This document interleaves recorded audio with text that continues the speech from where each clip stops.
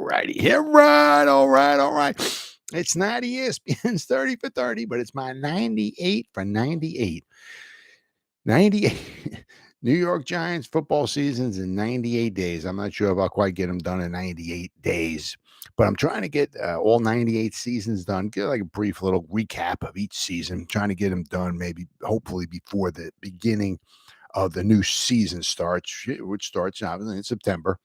So I got a few months to get all 98 seasons done, and we're forging ahead. We're at season we're at season number 10. Okay, we still got a long way to go, but we are at season number 10, the 1934 New York Football Giants. And 1934 be very, very good to the New York Football Giants.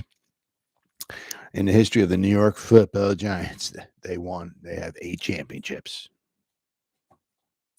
1934 would be one of them. 27, 34, 38, 56, 86, 97, 11. 1934. They won in the championship game. They wound up beating the Chicago Bears and called what was called the Sneakers game, a very famous game. The championship games started in 1933. The video I did yesterday, I went over the 1933 season. It was one of the greatest championship games of all time. Not many people know about it or care about it because it's 90 years ago.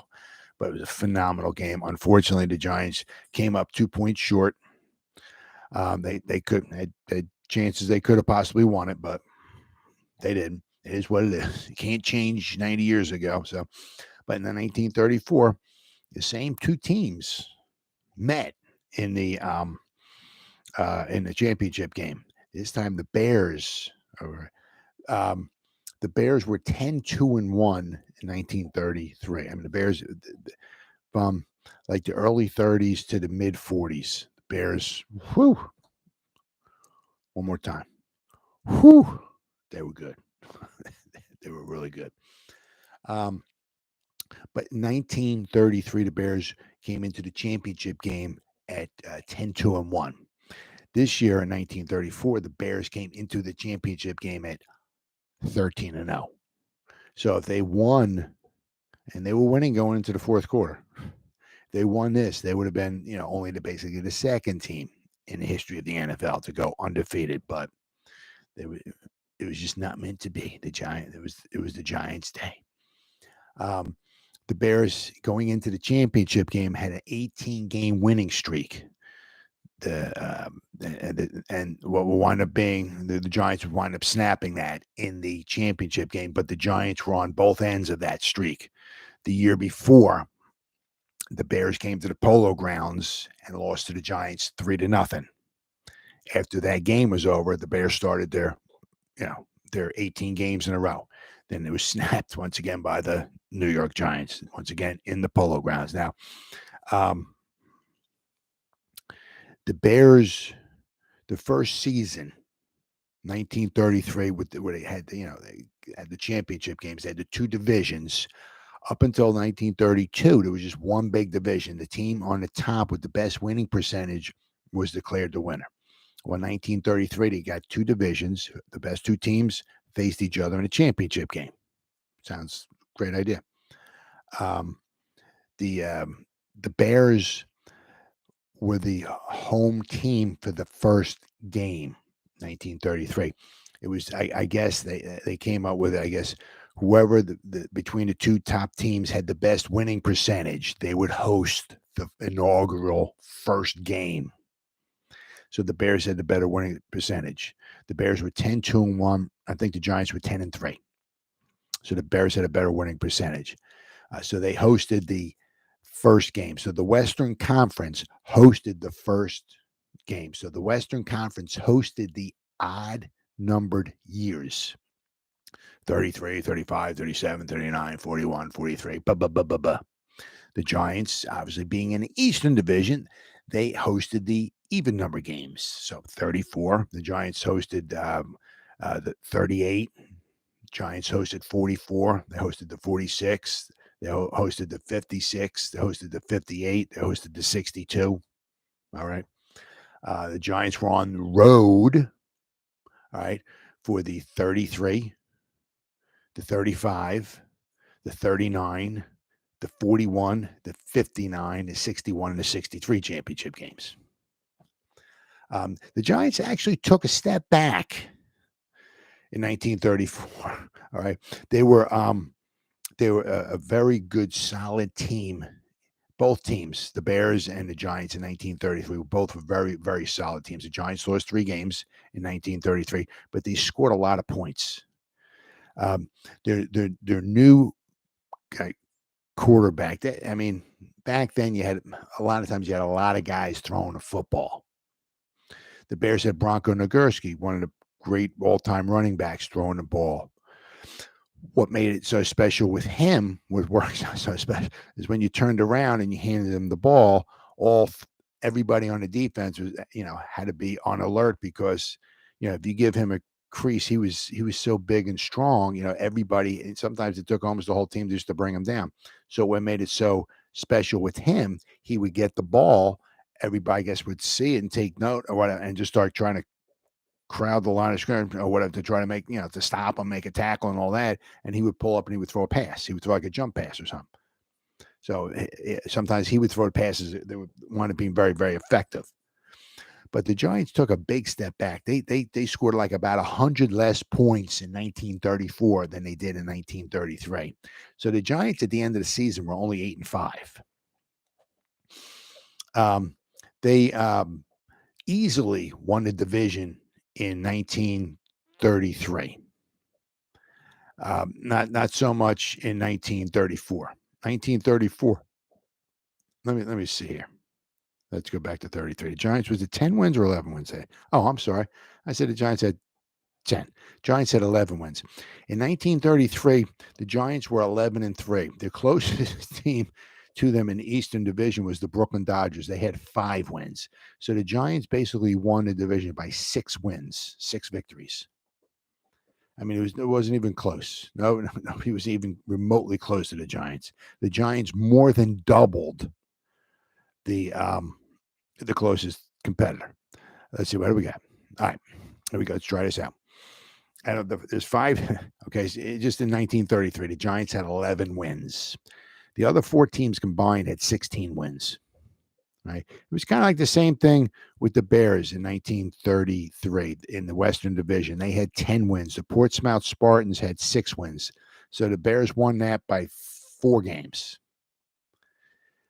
But moving into 1934 is a little different. 1934, the Portsmouth Spartans became the Detroit Lions, as we know them today. They were a very good team back then. Very, very good team. The Bears won the division. The Bears were 13-0 and no ties. They outscored their opponents 286-86. The Portsmouth Spartans were 10-3-0. They were a very, very good team, but the Bears won the division by 3 games. The Giants, not so much. The Giants were 8-5. The Boston Redskins would be the Boston Redskins for 34, 35, and 36. 1937, they moved to Washington.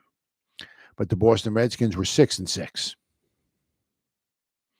And also 1937, one of the thorn in the Giants' side would be a person by the name of Sammy Baugh. Could throw the football. He propelled the Redskins into many championship game as well. Basically in the Eastern Division, from 1933 to 1946, 14 seasons, I believe it is. If I'm calculating right. In those 14 seasons, only the Giants and the Redskins went to the championship games. 1947, 48, and 49, the Eagles went. The Eagles lost in 47 to the Cardinals. That was the Cardinals' only championship, the 1947 championship. The Cardinals won 28-21. It's the only time the Cardinals have ever won a championship was 1947. 48 and 49, the Eagles won both of those. But basically in the beginning of the championships, right, from 1933 when the official championship game started to 1946, if it's 14, if I'm counting it right, 14 championship games, only the Redskins and the Giants went to the championship game. So It was pretty well dominated. And if the Redskins did not get Sammy Baugh, the Giants probably would have gone to even more championship games. But it is what it is. But the Giants took a big step back. They scored 147 points. All right, in their 13 games, they gave up 107. Now, basically, the amount of points they gave up the year prior, they gave up 101. So basically, they gave up the same amount of points. The problem was, is they scored 244 points in 1933. They scored 147 in 1934. So they scored basically 100 less points. So it was not all, roses and sunshines for the Giants. I mean, they lost themselves quite a few games, 8-5. So they didn't run away with the division by any stretch of the imagination. So let me go over this here. We got the 1934 NFL season, was the 15th regular season in the history of the National Football League. Remember, the National Football League started in 1920. Giants started in 1925. So it was the 15th season for the NFL. It was the 10th season for the Giants. The Giants are always 5 years. 5 years. The NFL's 5 years older. Giants are 5 years younger. Before the season, the Portsmouth Spartans moved from Ohio to Detroit, Michigan, and were renamed the Detroit Lions. The Cincinnati Reds lost their first 8 games, then were suspended for not paying league dues. I guess. I mean, they played 8 games. In 8 games, they scored 10 points. So I'm just imagining if I can click on this here. Does it show anything? I'll recap. Well, just trying to see. I'm sure that their attendance was probably very, very. Yeah, this one game I'm looking at, they lost 9-0 to the Cardinals. There was 6,000 people there. You know what I mean? So, possibly not paying the league dues was, a factor that that probably poor attendance. I mean, you needed people to come to the games to buy tickets to make money. It's not the way it is today. I mean, with the TV revenue and people coming to the games and spending $8,000 for a beer and $2 trillion for a bottle of water and stuff like that, wasn't like that back then, right? The St. Louis Gunners. There you go, right? An independent team played the last 3 games of the Reds' 1934 schedule in their stead, and then the St. Louis Gunners wound up going 1-2. So basically, the two teams between the St. Louis Gunners and the Cincinnati Reds, they basically played as one team. But if you look at it, there was actually 11 teams that played during the regular season. Now, in the Western Division, there were actually, a combined 6 teams. There was the Chicago Bears, Green Bay Packers, Detroit Lions, the Chicago Cardinals, and then, of course, you had the combo, the Cincinnati Reds, St. Louis Gunner combo. But there were 2 different teams. In the Eastern Division, you had the Giants, the Redskins, the Eagles, the Pittsburgh Pirates, and the Brooklyn Dodgers. So basically, in the Eastern Division, you had 3 different teams. And then you had the Cincinnati Reds, though. So you had 4 teams with basically the same name as baseball teams. The Cincinnati Reds, the Pittsburgh Pirates, the Brooklyn Dodgers, and the New York Giants. The Ed Thorpe Memorial Trophy was established as the league's award for the NFL champion and was awarded through 1967. Now, Ed Thorpe, he was good friends with a lot of the owners. The trophy was awarded the champions of the National Football League, the trophy. The trophy was named after Ed Thorpe, a noted referee. He did a lot of things. He was a referee. He was a rules expert, sporting goods dealer, and a friend to many of the early NFL owners. Thorpe died in June 1934. So I guess in his honor, they created the Ed Thorpe Memorial Trophy. And it was passed along from champion to champion each season with each championship's team name inscribed on it. It says, unlike the modern-day Lombardi trophies, the Ed Thorpe Memorial Trophy did not become the possession of the winning team, but instead spent a year. It's like the Stanley Cup. Stanley Cup is the possession of the winning team for a year. After that season's over, whatever, it's got to go. They inscribe their name on it and everything, but then it's got to go. So, but the Ed Thorpe Memorial Trophy instead spent a year with the winning team before being passed on to the next year's champion, much like the Grey Cup in Canadian football and the Stanley Cup in hockey.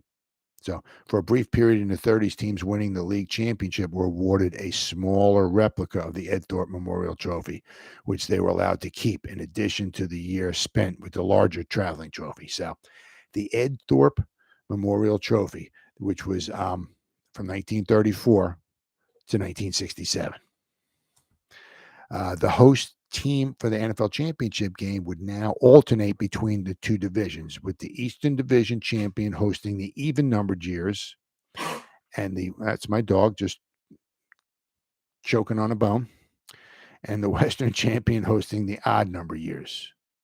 So it's in 1934 even-number years. The New York Giants hosted this game in the Polo Grounds. The season ended with the NFL championship game when the New York Giants defeated the Chicago Bears at the Polo Grounds in what became known as the Sneakers game, a very, very famous game. Very famous game. And we'll go over that. Major rule changes. A hand-to-hand forward pass made behind the line of scrimmage that becomes incomplete, hits the ground before it is caught, is to be ruled as a fumble. Incomplete passes no longer resulted in a 5-yard penalty. I mean, that was just like unbelievable. Last season, they changed it where you could throw the ball. 1933, they changed it where you can throw the ball from anywhere behind the line of scrimmage. 1932, on prior, you had to be at least 5 yards behind the line of scrimmage for whatever reason. I have no idea. But 1933, they made it where you can throw, as long as you're behind the line of scrimmage, you can throw the ball. Now, but it was always a 5-yard penalty. For an incomplete pass, it was a 5-yard penalty. Why? Who knows? But it was no longer a penalty. And we got here the Arnie Herber, the Packers. He was the passing leader with 799 yards. Betty Feathers, the Chicago Bears, looks like he was the first one to go over 1,000 yards rushing in a season. He had 1,004 yards rushing, which was a lot of yards for a running back to run in one season. The receiving champion was Harry Ebding of the Detroit Lions with 264 receiving yards. That's for the whole season. All right. But there was two divisions.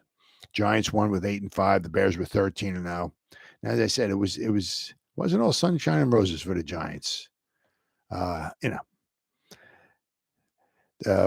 As every year, with the Giants being in the Polo Grounds, sharing the stadium with the New York Baseball Giants, the Giants' first 2 to 4 games every season was always on the road. They always started on the road. This year, obviously, once again, was no exception. This year, their first 4 games were all played on the road. They didn't play their first home game until October 14th. So the first game of the season, they played the Detroit Lions. The Detroit Lions / Portsmouth Spartans always gave the Giants a tough time. The Giants had a very tough time beating them. They always had a hard time beating the Detroit Lions. Always. And this first game of the season was no different. The Giants lost 9-0. Then they were on the road. They played the Green Bay Packers, and they lost 20-6. So basically, the first 2 games of the season, the Giants scored a grand total of 6 points. And there were a few other games there they got pretty much shut down. I mean, their offense wasn't what it was the year before. Wednesday, all right, they played September 30th against the Packers. Then 3 days later, on Wednesday, October 3rd, they played the Pittsburgh Pirates. They finally won that. They got their first victory of the season. They won 14-12. Then the following weekend, 4 days later, on Sunday, so basically within 8 days, they played 3 games in 8 days. They played their final road game of the 4 road games. They played the Boston Redskins at Fenway Park, and they won 16-13. Then they came home on October 14th, and they beat the Brooklyn Dodgers 14-0. Then on October 21st, the following Sunday, they played the Pittsburgh Pirates, and they beat them 17-7. So now they're starting to get on a little bit of a roll here, but they were going to lose 5 games. So then they had a game against the Philadelphia Eagles on October 28th at home at the Polo Grounds. They won that game 17-0. Then they played. They wound up playing the Chicago Bears 2 times during the rest of the regular season. They lost both of those. So on Sunday, November 4th, at Chicago and Wrigley Field, the Giants lost to the Bears 27-7. The Bears were good. The Bears. Let's see here. I mean, they outscored their opponents by 200 points. I mean, let's say they won 24-10, 21-3, 21-7, 28-0, 20-0, 41-7, 27-14, 27-7, 21-0. Then they beat the Giants 10-9 the second time they faced each other. They won 17-6, 19-16, and 10-7. So I mean, they were whooping up on some people. All right, so after the Chicago Bears beat the Giants 27-7 on November 4th at Wrigley Field, the Giants fell to 5-3. The following week, on November 11th, the Packers came to town. The Giants would prevail 17-3 to move their record back up to 6-3. But then the following week, the Giants had the Chicago Bears come to town at the Polo Grounds on Sunday, November 18th. That's when the Bears won 10-9. The Giants were winning 9-0 going into the final quarter. The Bears scored 10 points in the final quarter and pulled out the victory.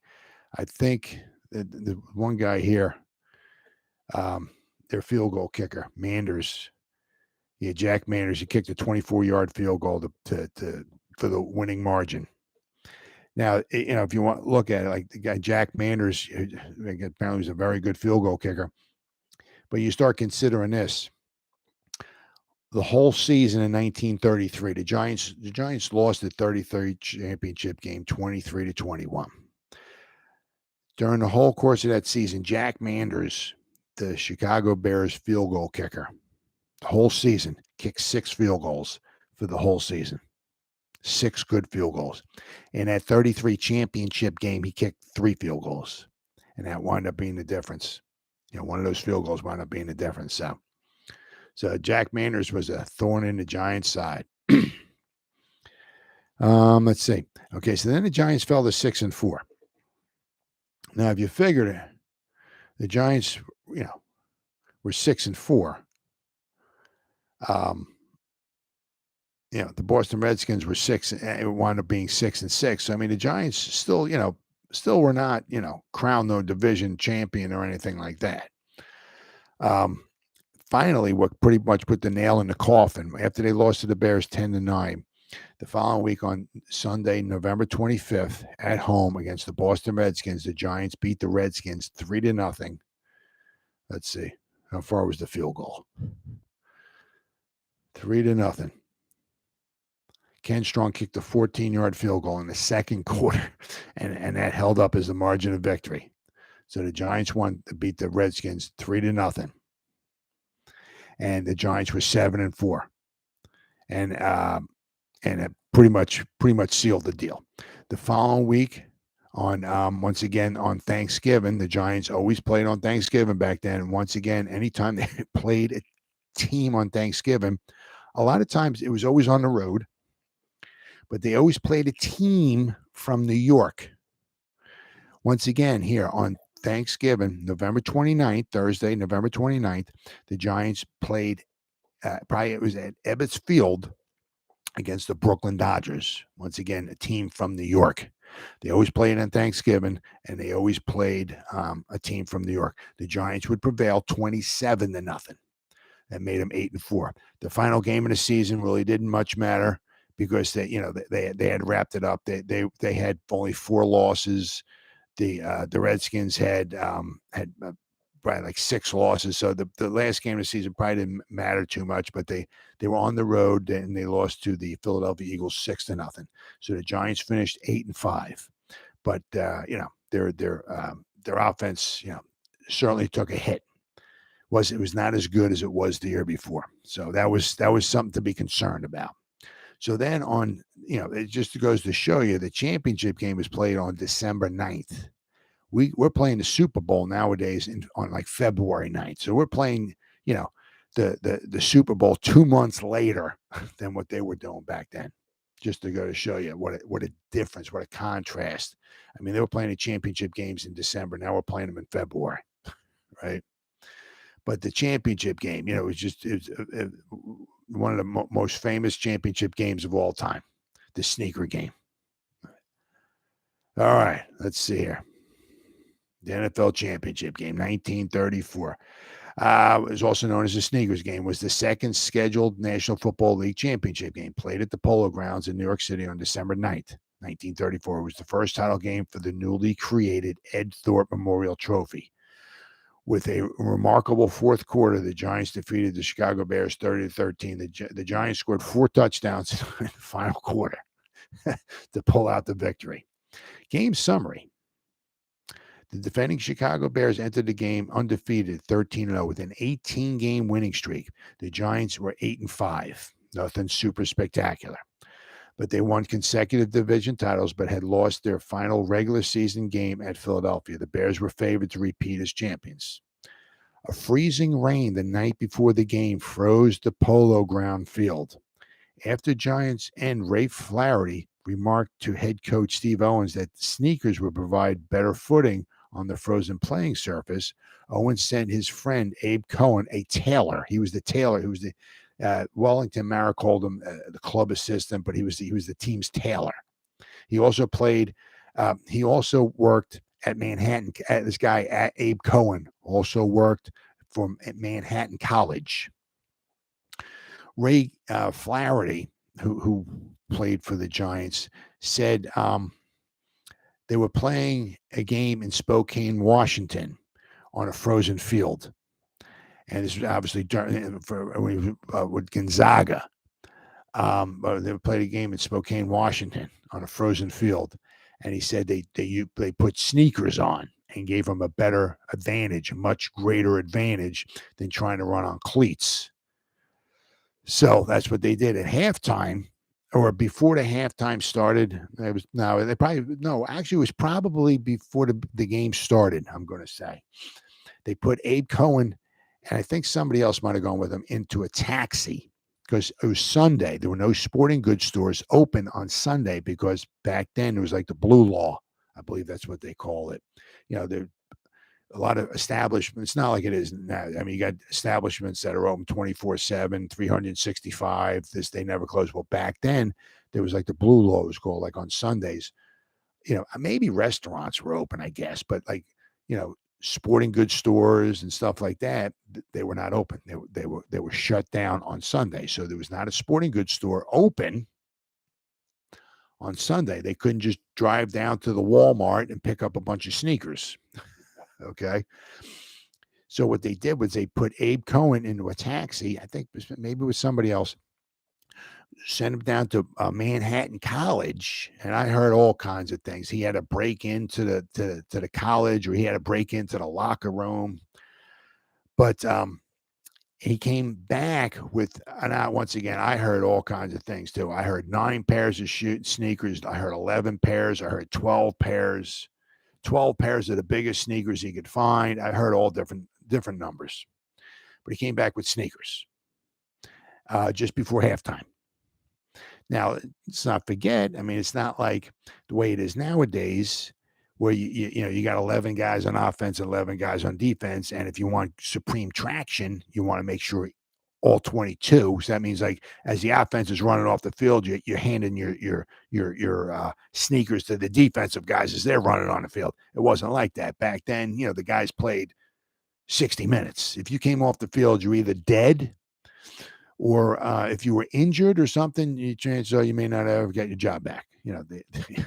So the guys played. Guys played hurt. It's not like the way it is today.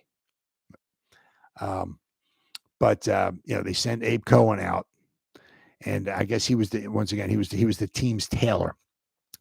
So I mean, as it is, like, say, in basketball nowadays, like, some of the stars who have sneaker deals, I guess they get like 3,000 pairs of sneakers for each game, so they can sign them and hand them out and all that stuff. Or they, like maybe Steph Curry and stuff like that, they get 400 jerseys that they can just pass out each game and all of that. Well, it wasn't like that back then.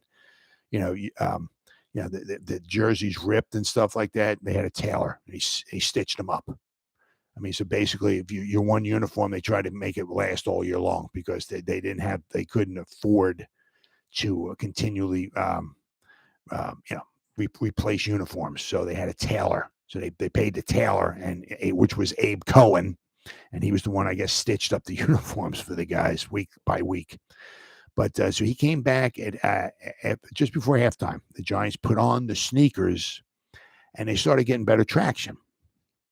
The problem is that they were losing 10 at halftime. They were losing 10-3, and even with the better traction, the Bears were the only ones to score in the third quarter. So the Bears kicked a field goal in the how far was the field goal? I'm sure it's good old Manders. Yep, Mr. Manders. Yep, he Manders kicked a 17-yard field goal and then a 22-yard field goal.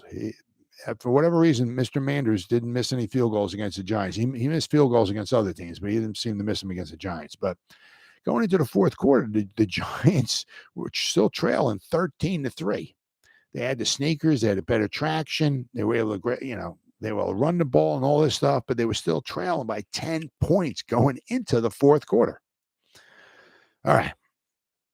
Let's see. Okay, so Abe Cohen went to Manhattan College to get some sneakers. There, brother Jasper, the athletic director and the later namesake of the Manhattan Jaspers, emptied the lockers of the school's basketball team.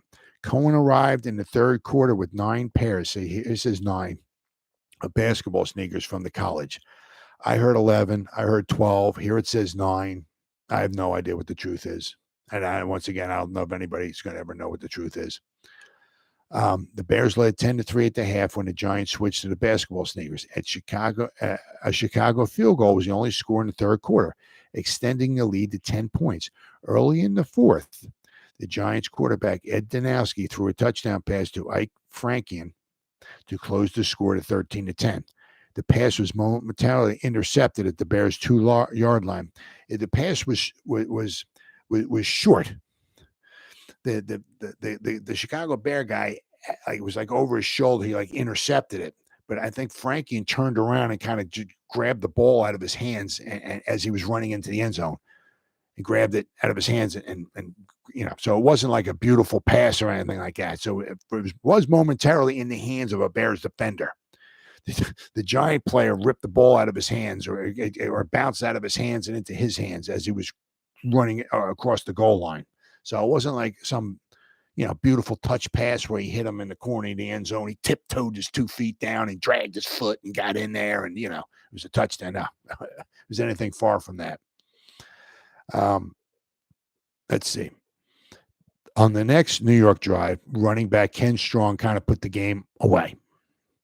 He scored on a 42-yard touchdown run. He got into the open, right? He made a couple moves at the line. He broke through a hole, and once he got into the end, into the open field, he just started pulling away. And the Bears were trying to catch him, but they just couldn't. He had good traction. They did not. Later, Strong had another touchdown run of 11 yards. The Giants scored for a final time on Danowski's 9-yard run, a fourth unanswered touchdown. The Giants scored 27 points in the fourth quarter and won 30-13. The Giants' 27 fourth quarter points in the championship game set an NFL record that still stands today. And from what I understand is that at the end of the game, the Giants had the ball once again, kind of knocking at the goal line of the Bears as time ran out. So, I mean, if there was another minute or two left on the clock, the Giants possibly might have scored another touchdown. But it was just weird because the Giants they changed over the sneakers. They had better traction because the field was like frozen. The Bears were just handing it to them like in the first, the first half. I mean, the Giants really couldn't do anything. The Bears were definitely the better team without question. If the Giants did not switch over to cleats, they switch over to sneakers, the Bears definitely would have won the game. The Bears would have been 14-0. But they switched over. They had better traction in the third quarter, but they weren't scoring any points. So it wasn't until the fourth quarter the Giants scored 4 touchdowns in the fourth quarter to pull away and win 30-13 and snap the Bears' 18-game winning streak and give the Giants their second NFL championship. Now, as I mentioned in my videos, when the championship game started in 1933, from 1933 to 1946, the Giants were in 8 championships: 33, 34, 35. The Giants were in the first 3 championship games, right? 33, 34, 35, 38, 39, 41, 44, 46. So they were 8, those 8 championship games. So they won a lot of championship games. So from 1933 to 1946 was some very good years for the New York Football Giants. They didn't win many they only won 2 championships. They were 2-6 in the championship games. They were not very, they just did not have a lot of good luck in the championship games. And actually, they would have lost this one too if they didn't switch over to cleats, from cleats to sneakers. But there was some good times. So the Giants finally they got their second NFL championship. So that does it for the 1934 season. A very, very successful season for the New York Football Giants. And I'll be back again with the 1935 season for the New York Giants, which just happened to be the 11th season in the history of the New York Football Giants. I'll see you then.